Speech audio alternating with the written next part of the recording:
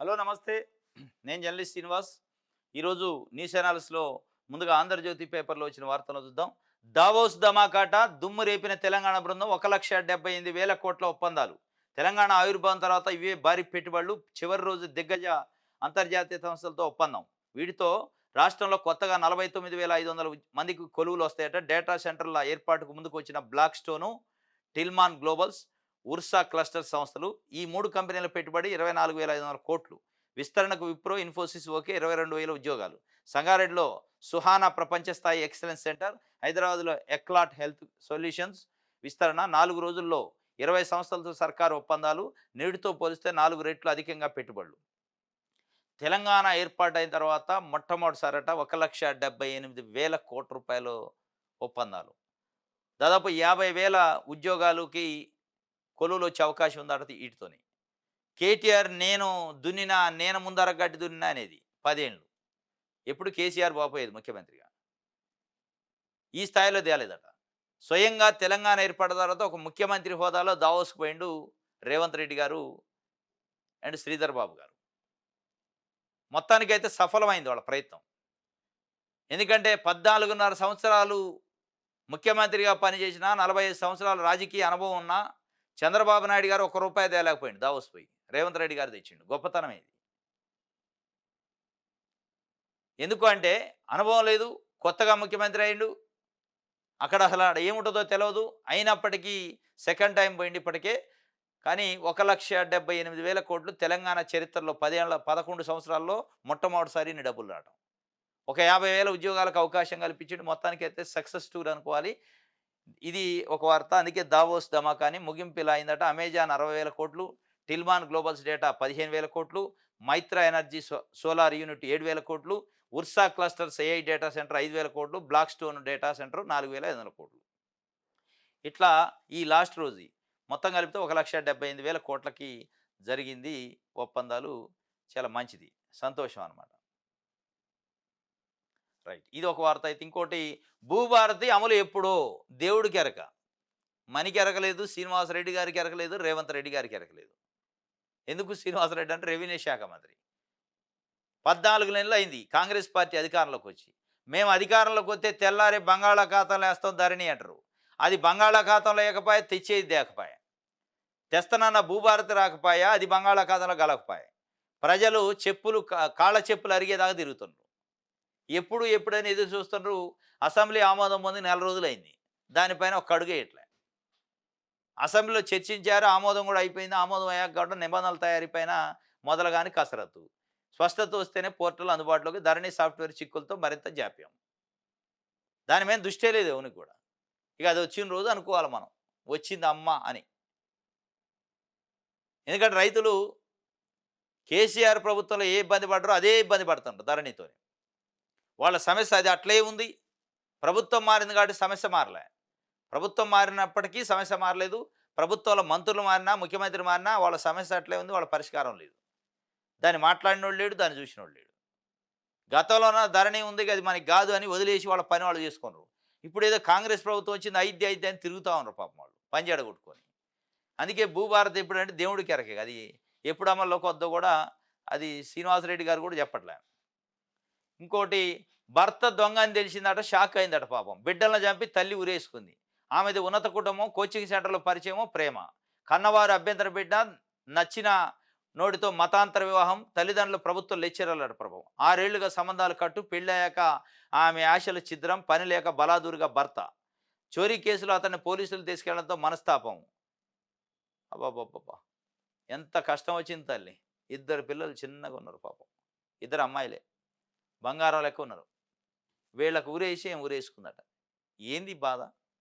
ఎవడి కోసం ఇది? ఇద్దరు గవర్నమెంట్ లెక్చరర్‌లట ఇద్దరు. వీళ్ళ తల్లి, తండ్రి ఇద్దరు.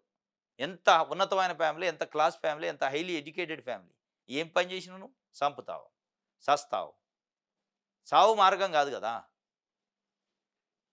నువ్వు మొత్తం సమాజాన్ని వ్యతిరేకించి, తల్లిదండ్రులు వ్యతిరేకించి, కన్నోళ్ళని, బంధువర్గాన్ని వ్యతిరేకించి నచ్చినోడితోని పెళ్లి చేసుకుంటానేనా అని చెప్తి. ఉండు బతుకు.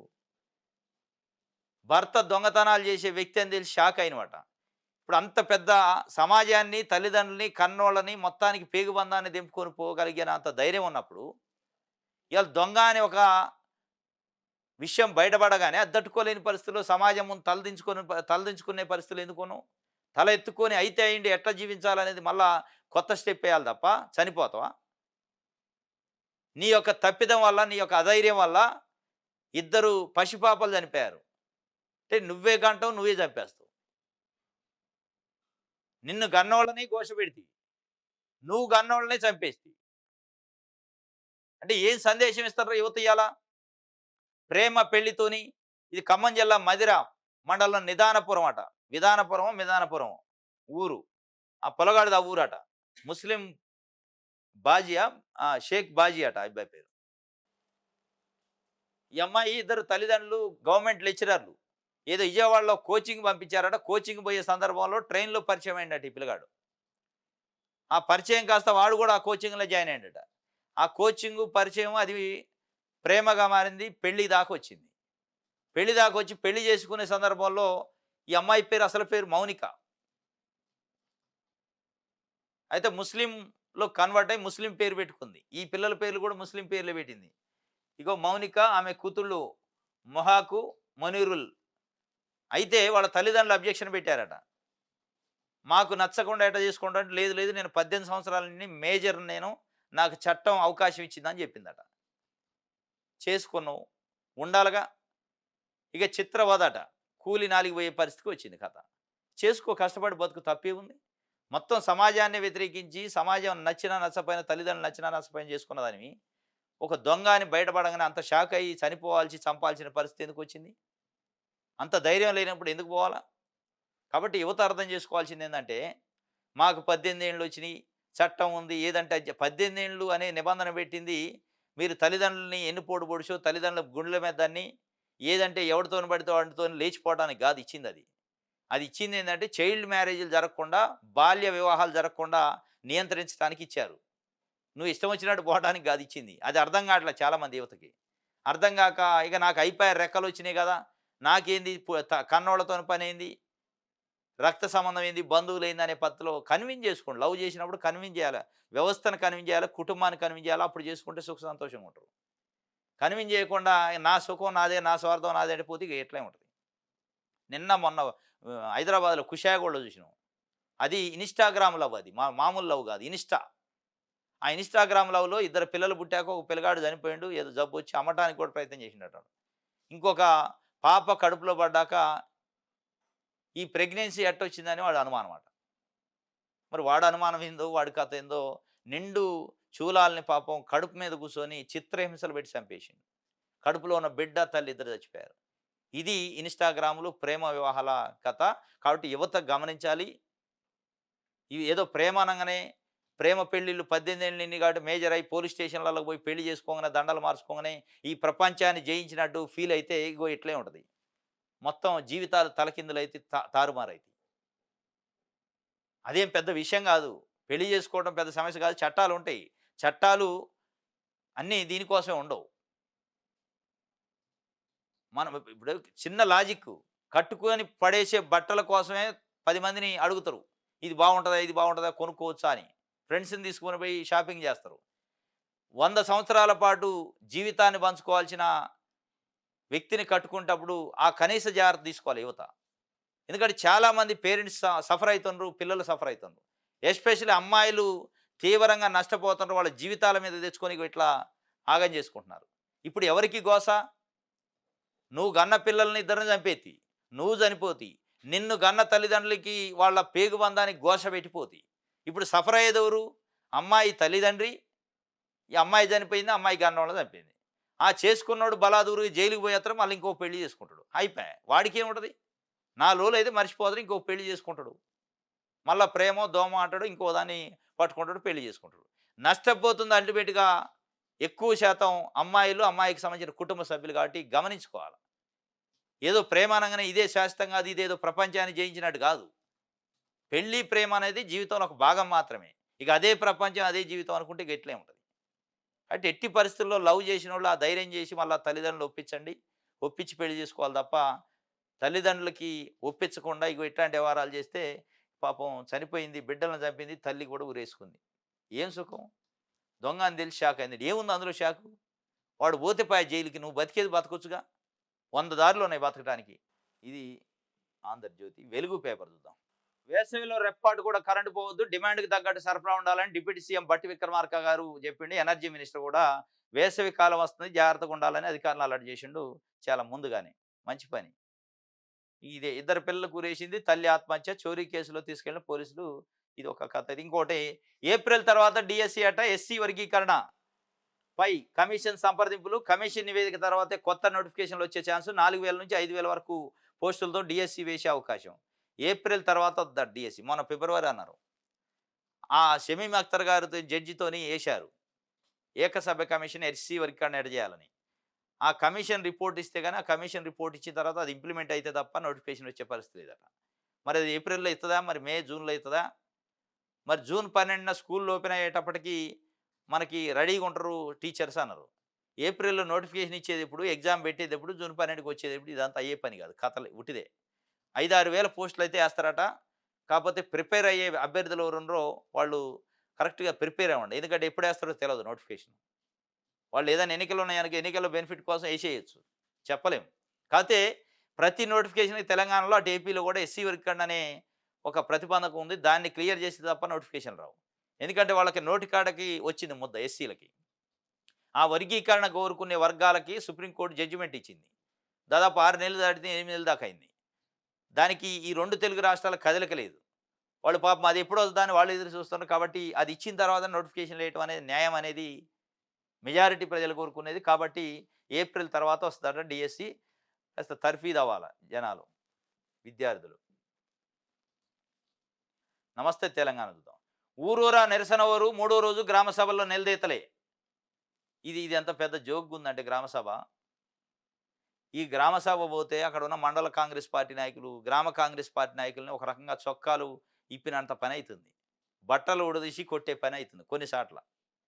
ఎందుకంటే ప్రజల్లో ఆగ్రహం పెలువెక్కుతుంది. ఏందేందో ఇత్తనంటివి 6 గ్యారంటీలంటివి బాండ్లు రాసిత్తి ఒక్కటి లేకపాయా. ఇయాల మళ్ళొచ్చి దరఖాస్తు అంటివి ఏందో అర్హుల జాబితా అట. అసలు దానికి మ్యాడ్‌లెస్ అనమాట. ఎంత మ్యాడ్ అంటే అర్హుల జాబితా అయిందా? అర్హుల జాబితా కోసం గ్రామ సభ పెట్టి, ఇగో మేము అర్హులాగా ఈళ్ళని చెప్తున్నాం ఎవరైనా అబ్జెక్షన్ చెప్పండి అంటే ఊర్లలో ఎవడని చెప్తారా? పలానా ఎల్లయ్యకో, పుల్లయ్యకో అర్హుడిని చేసినాం. మీరు చెప్పండి అబ్జెక్షన్ అంటే నువ్వేమో అర్హుడిని చేసేటోడు అయితావు, అబ్జెక్షన్ చెప్పేటోడే చెడగొట్టేటోడా? అని ఉంటది గ్రామాలలో. ఇప్పుడు నువ్వు అర్హత ఎట్టిచ్చినవు? ప్రభుత్వ యంత్రాంగం ఎంక్వైరీ చేసుకొని ఇయాల అర్హత ఇచ్చేటప్పుడు. 30 ఎకరాలున్నోడికి రేషన్ కార్డ్ ఇస్తివి. నువ్వు చెప్పు అబ్జెక్షన్ నేను తీసేత్తా అంటివి. ఎవడు చెప్పాలా 30 ఎకరాలను తీసేయండి అని? అంటే నువ్వు ఇచ్చేటోడు వాడు తీసేటోడు అయితరా? ఇదేమన్నా లాజిక్ ఉందా కొద్దిగానా? మీ 360 డిగ్రీ సర్వే ఎడిపోయింది? సమగ్ర కుటుంబ సర్వే ఎడిపోయింది? ప్రజా పాలన దరఖాస్తు ఎడిపోయింది? దానిపైన మీ యంత్రాంగం చేసిన ఎంక్వైరీ ఎడిపోయింది? ప్రజల పైన పెట్టయింది మీరు? మీరు అర్హత లేనోళ్ళకి అర్హత ఇచ్చి, మీరు చెప్పండి తీసేస్తామని చెప్పడం అంటే దాని అర్థమేంది? గవర్నమెంట్ ఉద్యోగులకి రేషన్ కార్డు ఇందిరమ్మ ఇల్లు, 30, 40 ఎకరాలున్న రైతులకి ఇందిరమ్మ ఇల్లు, రేషన్ కార్డులు ఇస్తావు నువ్వు. ప్రభుత్వ అధికారులు రాసుకొని వస్తారు, దాన్ని చదువుతారు, ఊళ్ళో వాళ్ళు అబ్జెక్షన్ పెట్టాలట. ఇది గ్రామ సభ. అందుకే గొడవలు అవుతున్నాయి. అసలు కావాల్సినోడికి రెక్కాడితే డొక్కాడినోడికి రేషన్ కార్డు దరఖాస్తు చేస్తే వాడి పేరు లేదు ఆడ. ఇందిరమ్మ ఇంటికి దరఖాస్తు లేతే పేరు లేదు. కడుపు మండదు. అందుకే టెంట్లు పడేస్తారు. టెంట్లు పడేసి ఎంట పడతారు కర్రలు పట్టుకొని. మొత్తం ఫెయిల్యూర్ అయింది గ్రామ సభలు అనేది. అట్టర్ ఫ్లాప్ అయింది ప్రభుత్వం. ఏమన్నా అనుకోండి, మీరు తెప్పించుకోండి ఇంటెలిజెన్స్ రిపోర్ట్లు. అట్టర్ ఫ్లాప్ అంటే అట్టర్ ఫ్లాప్. జనాలు ఎంటబడి కొట్టే పరిస్థితికి వచ్చింది. దానికి ప్రధాన కారణం రుణమాఫీ విషయం కూడా ఉంది. రుణమాఫీ విషయంలో అయిద్ది ఇది ఆన్గోయింగ్ అన్నారు, ఒక్కడికి కాలే. దాదాపు సగం మంది కాకుండా ఉన్నారట. మళ్ళీ ఇవాళ పోయి మీకు ఇది ఇవాళ వచ్చిన లిస్టే కాదు మళ్ళీ వస్తుందంటే, ఇక నువ్వు చూసినవు లేనాయన, నీ రుణమాఫీ చూసినావు, నీ కథ చూసినవులే, మళ్ళీ వచ్చేది లేదు సచ్చేది లేదు, నువ్వు వెళ్ళండి చదువుకోనని జనాలు ఎంట పడుతుండట. ఊరూరా నిరసన ఊరంటే అంతే ఉంటుంది. ఇది నమస్తే తెలంగాణకు సంబంధించి దిశ పేపర్ చూద్దాం. భర్త ఆర్డర్ చేస్తాడట, భార్య ఇంప్లిమెంటేషన్ చేస్తాడట. ఆమె పంపే ఫైల్స్కు ఆయన క్లియరెన్స్ ఇస్తాడట. విద్యాశాఖ సెక్రటరీగా యోగితా రాణి ఐఏఎస్ గారు, సీఎంఓ సెక్రటరీగా మాణిక్యరాజు ఆమె భర్త. సెక్రటరీలో ఇద్దరు ఒకే శాఖ బాధ్యతలు చేస్తున్నారు. అడ్మినిస్ట్రేషన్ రెస్పాన్సిబిలిటీపై సందేహాలు ఉన్నాయట. ఆ నుంచి భర్త పంపిస్తారు. భర్త ఎవరంటే మాణిక్యరాజు. ఆయన ఐఏఎస్ఏ, ఆయన విద్యాశాఖకే. కాకపోతే ఆయన ఎక్కడంటే సీఎంఓలో విద్యాశాఖ సెక్రటరీ. సీఎంఓలో డిపార్ట్మెంట్కి ఒక సెక్రటరీ ఉంటారు. హెల్త్‌కి ఒకళ్ళు, విద్యాశాఖకి ఒకళ్ళు, రెవెన్యూకి ఒకళ్ళు అట్లా. ఆ విద్యాశాఖకి మాణిక్యరాజు అనే ఐఏఎస్ ఉన్నాడు. వాళ్ళ భార్య యోగితారాణి అసలు విద్యాశాఖ సెక్రటరీ. అక్కడి నుంచి ఆదేశాలు ఆయన పంపిత్తనే ఈమె అమలు చేద్ది. అందుకే ఈ ట్రాన్స్‌పరెన్సీలో కొంత రెస్పాన్సిబిలిటీలో సందేహాలున్నాయని చెప్తున్నారు. ఆ యోగితారాణి భర్త మాణిక్యరాజు ఆదేశాలు ఇస్తేనే ఆమె అమలు చేద్ది. ఈ అమలు చేసే దాంట్లో మళ్ళీ ఏమైనా స్వార్థాలుంటాయనేది ఒక వార్త. వీసీగా గంటా చక్రపాణి నియామకంపై వివరణ ఇయ్యండి. రాష్ట్ర ప్రభుత్వానికి హైకోర్టు ఆదేశం జారీ చేసిందట. 10 ఏళ్ల ఉద్యోగ విరమణ వయసు ఉల్లంఘించారని పిటిషను. బిఆర్ అంబేద్కర్ ఓపెన్ యూనివర్సిటీకి వీసీగా డాక్టర్ గంటా చక్రపాణి నియామకమైన ప్రొఫెసరు. టీఎస్పీఎస్సీ మొదటి చైర్మన్ కూడా ఆయన. అయితే వీసీగా నియామకం కావాలంటే నిబంధన ఉందట. అంటే రిటైర్మెంట్‌కి ఇంకా 10 సంవత్సరాలు ఉంటేనే 10 సంవత్సరాల సర్వీస్ ఉన్నోళ్ళే వీసీగా నియామకం కావాలట. ఆయనకు లేదట. అది దాచిపెట్టి అది ఉల్లంఘించి ఆయన్ని వీసీగా చేశారు. కాబట్టి ఆయన తొలగించాలని పిటిషన్ ఏసిండు ఒక అతను. కాబట్టి దానికి వివరణ ఇయ్యని ప్రభుత్వాన్ని ఏ ఏ రకంగా 10 సంవత్సరాలు సర్వీస్ లేనోడిని పెట్టారని చెప్పి. ఇప్పుడు ఏం చెప్పిద్దో చూడాలి మరి ప్రభుత్వం తొలగిస్తదా? ఉంచిద్దా అనేది. ఇది దిశకి సంబంధించి. సాక్షి చూద్దాం. 1,78,000 దావోస్‌లో తెలంగాణకు వచ్చే పెట్టుబడులపై ప్రభుత్వం ప్రకటించింది అధికారికంగా. 1,78,000 అన్నలు నిర్మించిన పాఠశాల సిద్దిపేట జిల్లా దుంపలపల్లిలో 30 ఏళ్ల కిందట ఏర్పాటు చేసిన మావోయిస్టులు ప్రస్తుతం ఈ పాఠశాలలో 64 మంది విద్యార్థులు విద్యాభ్యాసం. గదులు శిథిలావస్థకు చేయడంతో కూల్చివేయాలని విద్యాశాఖ నిర్ణయం. అడ్డుకున్న గ్రామస్తులు వాటి ఎదుట కొత్తగా 4 గదుల నిర్మాణం. అప్పట్లో మావోయిస్టులు నిర్మించారట. నక్సలైట్లు అనేది అప్పట్లో. ఇప్పుడు మావోయిస్టులు అంటున్నారు. వాళ్ళు అన్నలు నిర్మించారట. సిద్దిపేట జిల్లాలో దుంపలపల్లి అనే గ్రామంలో 30 ఏళ్ల క్రితం గదులన్నీ శిథిలావస్థకు పోయినాయట. 64 మంది విద్యార్థులు ఉంటే వాటిని కూల్చాలని ప్రయత్నం చేస్తే ఎట్టి పరిస్థితుల్లో కూల్చొద్దని అక్కడ అబ్జెక్షన్ పెట్టారట రైతులు. వాళ్ళకు ఒక గుర్తుగా. ఎదురు కాల్పుల్లో మావోయిస్టుల మృతి అన్న వార్తలు విన్నప్పుడల్లా ఆ ఊరు ప్రజలు ఉలిక్కిపడతారు. 30 ఏళ్ల కిందట బాల కార్మికులుగా మగ్గిపోతున్న తమ బిడ్డల కోసం బడి కట్టించిన ఆ అన్నలను తలుచుకునే కలవరపడుతుంటారు. తెలంగాణ నక్సలైట్ల ప్రభావం తీవ్రంగా ఉన్న రోజుల్లో నక్సల్స్ సిద్దిపేట జిల్లా దుబ్బాక మండలం దుంపలపల్లిలో పేద పిల్లల కోసం పాఠశాల నిర్మించారు. ఇప్పుడు ఉన్న ప్రభుత్వ పాఠశాల అదే. 1991 వరకు ఆ పాఠశాలలో పూర్తిగా గుడిసెలో కొనసాగిందట. కూల్చివేతను అడ్డుకున్నారట. కూల్చవద్దంటున్న స్థానికులు. పాత భవనం కూల్చివేసి వాటి స్థానంలో 4 తరగతి గదులు నిర్మించాలని మన ఊరు మనబడి పథకం నిర్ణయించారు. పనులు ప్రారంభించే సమయంలో పాత గదులు కూల్చవద్దని స్థానికులు అడ్డుకున్నారు. ఎందుకని అడిగితే అప్పట్లో నక్సలైట్లు ఆ గదులు నిర్మించారని చెప్తున్నారని ప్రధాన ఉపాధ్యాయుడు చెప్తుండు. వాళ్ళ గుర్తుగా వద్దంటున్నారట. వేరే ఏమైనా కట్టండి కానీ ఎట్టి పరిస్థితుల్లో ఎందుకంటే అన్నలు నిర్మించింది కాబట్టి అది మాకు గుర్తుగా ఉండాలంటున్నారట. ఈనాడు చూద్దాం. వెల్లువెత్తిన పెట్టుబడులు దానికి సంబంధించిన బ్యానర్ ఐటమ్ ఇచ్చింది ఈనాడు కూడా. ఇది దావోస్ది. జన్మత పౌరసత్వ రద్దు ఆదేశాలు నిలిపివేసిందట. అమెరికాలో ఫెడరల్ కోర్టు తీర్పిచ్చింది.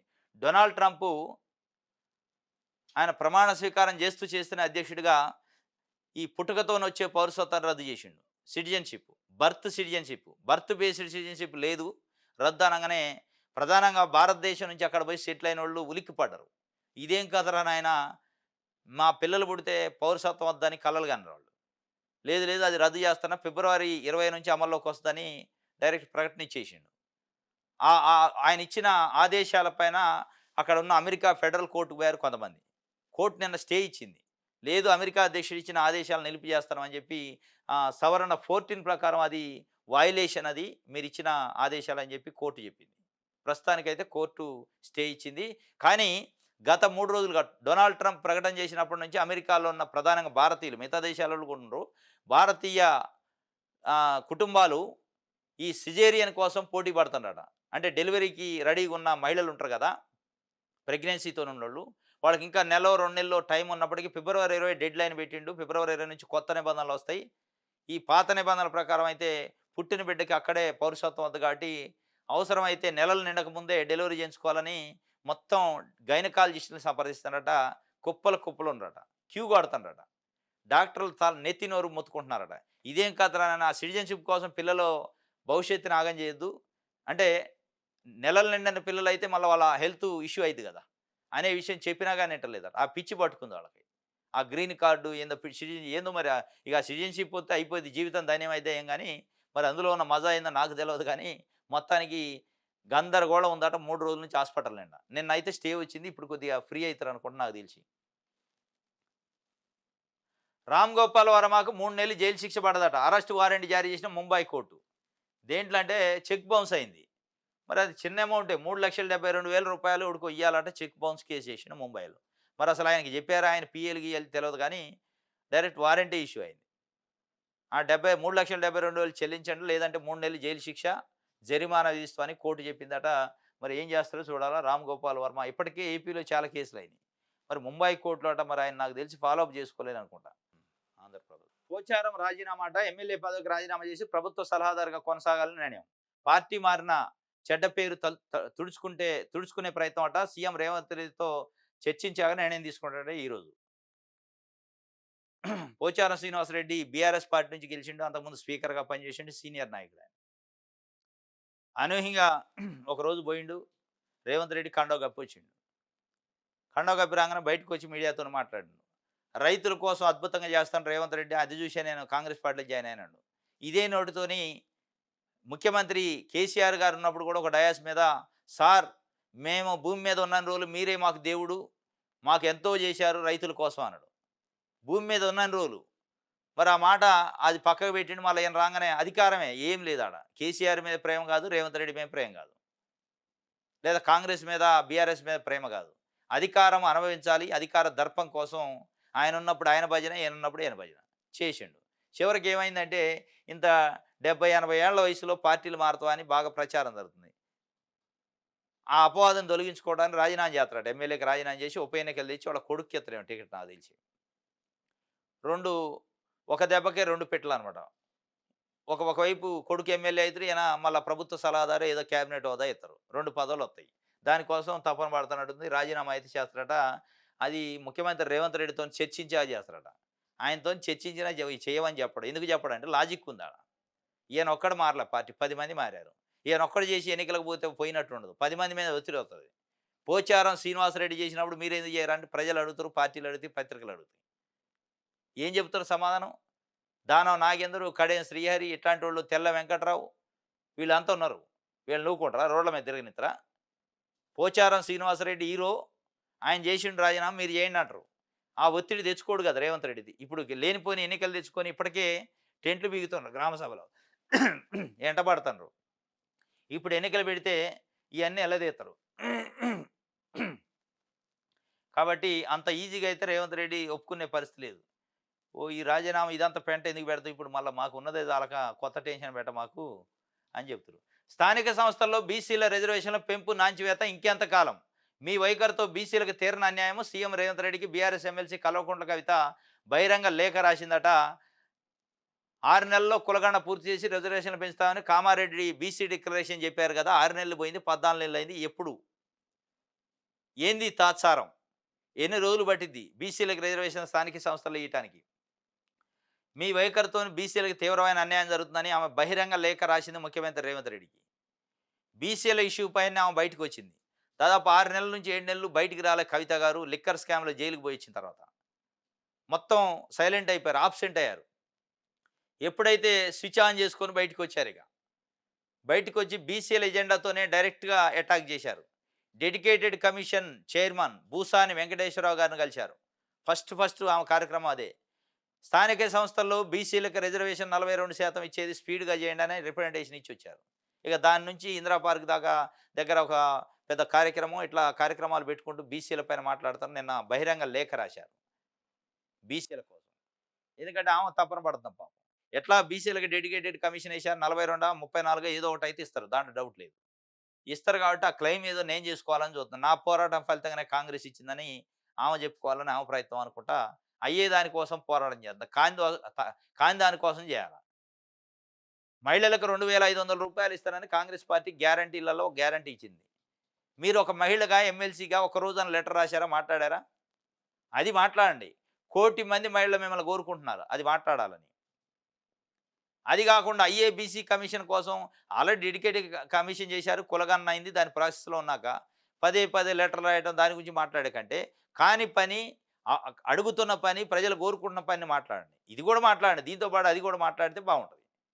మహిళలకు ఇస్తున్న 2,500 రూపాయలు ఏమైంది అనేది అడిగితే చాలు. మీరు మహిళల పక్షాన ఒక ప్రతినిధిగా నిలుస్తారు. ఇది ఆమె ఇంకెంతకాలం పట్టింది బీసీ రిజర్వేషను ఇయ్యటానికి అని చెప్పి అడుగుతున్న పరిస్థితి. ఇది ఆంధ్రప్రభకు సంబంధించి. ఇది ఈరోజు న్యూస్ అనాలిసిస్. రేపు తాజా వార్తలతోని తిరిగి కలుసుకుందాం. Thank you.